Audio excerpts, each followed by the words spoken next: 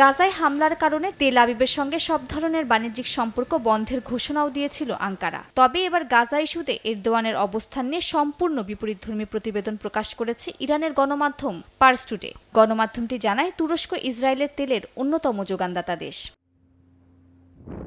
Purse টুডের তথ্যমতে তুরস্কের বিরুদ্ধে ইসরায়েলে তেল সরবরাহ সংক্রান্ত গোপন নথি প্রকাশ হয়েছে। দেশটির পার্লামেন্ট সদস্য জেরগারলিওগুলু এই অভিযোগ তুলেছেন।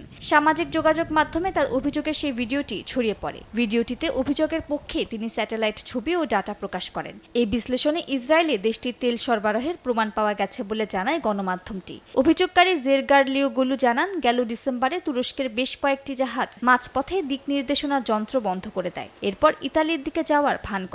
কিন্তু স্যাটেলাইটের ছবি পর্যবেক্ষণ করে জানা গেছে তেল বহনকারী জাহাজগুলো ইসরায়েলের হাইফা এবং আশদোদ বন্দরে গিয়েছিল। এমন অভিযোগ নিয়ে তুরস্কের প্রেসিডেন্ট এরদোয়ানের পক্ষ থেকে এখন পর্যন্ত কোনো মন্তব্য পাওয়া যায়নি।